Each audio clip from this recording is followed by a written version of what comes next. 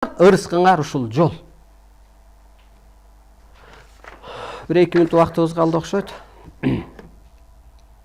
1-2 суроого жооп кылып коеюн. 2 мүнөт убактыбыз, 3 мүнөт убактыбыз калыптыр. Журт атасы бар болуңуз сизди кээ бирлер теңирчи деп түшүнбөй жатат. Бирок элдин баары кырсыктап жатат. Ишинен, ден соолугунан ар тараптан кырсыктап. Мен ошол адамдарды түшүнбөйм. Эмне сизде сабак алып кырсыгынан кутулбайт. Өздөрү кырсыктап жатат. Изилденбей эле сизди айтсаң шириктеп болбойт. Эми кырсык баса улуулукка өтпөйт. Кырсык баса изилденбейт да өзүчү. Анан ошо кырсыгып келип анан жолун табат. Сизге ааламга ыраазыбыз. Еврей элин кандай деп ойлойсуз? Эми еврей, батыш, каражаттуу мамлекеттерди мен нөлгө түшүрөм. Кырсыктатам. Анан ошентип издеп келет.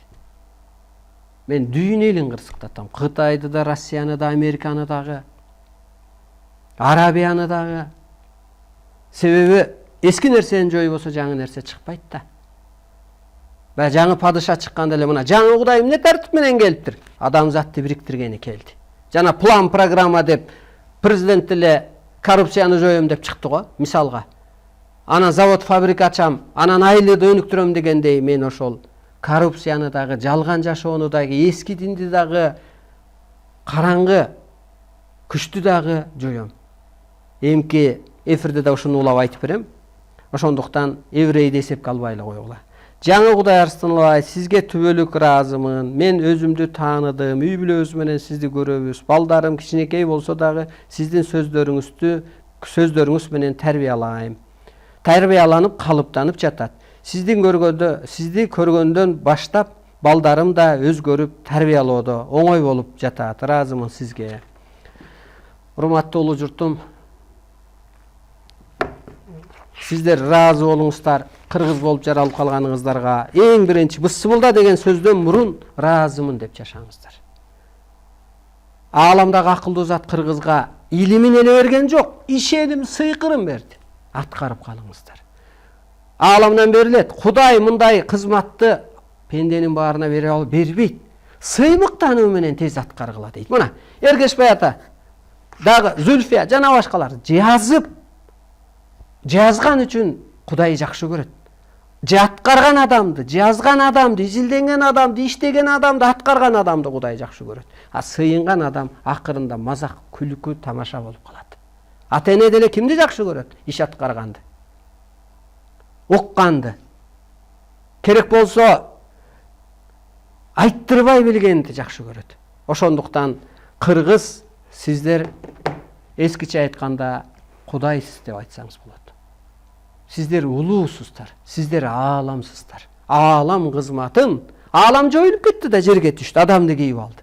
Эми сиздер соттоп бериңиздер, сиздер багыт бериңиз, сиздер мээрим төгүңүздөр. Тетир заман тескери философия иштейт дейт. Мурун аалам башкарып адам аткарган болсо, азыр адам башкарат, алар аткарат. Мына мен бакылдайм, алар жетип энерги өткөрөт. Кырсыктатат.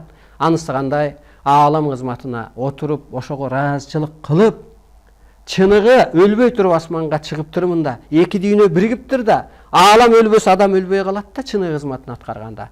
Ошентип өзүңөрдү адамзат өссө, табият сакталып, адамзат өссө, мамлекет сакталып калсын.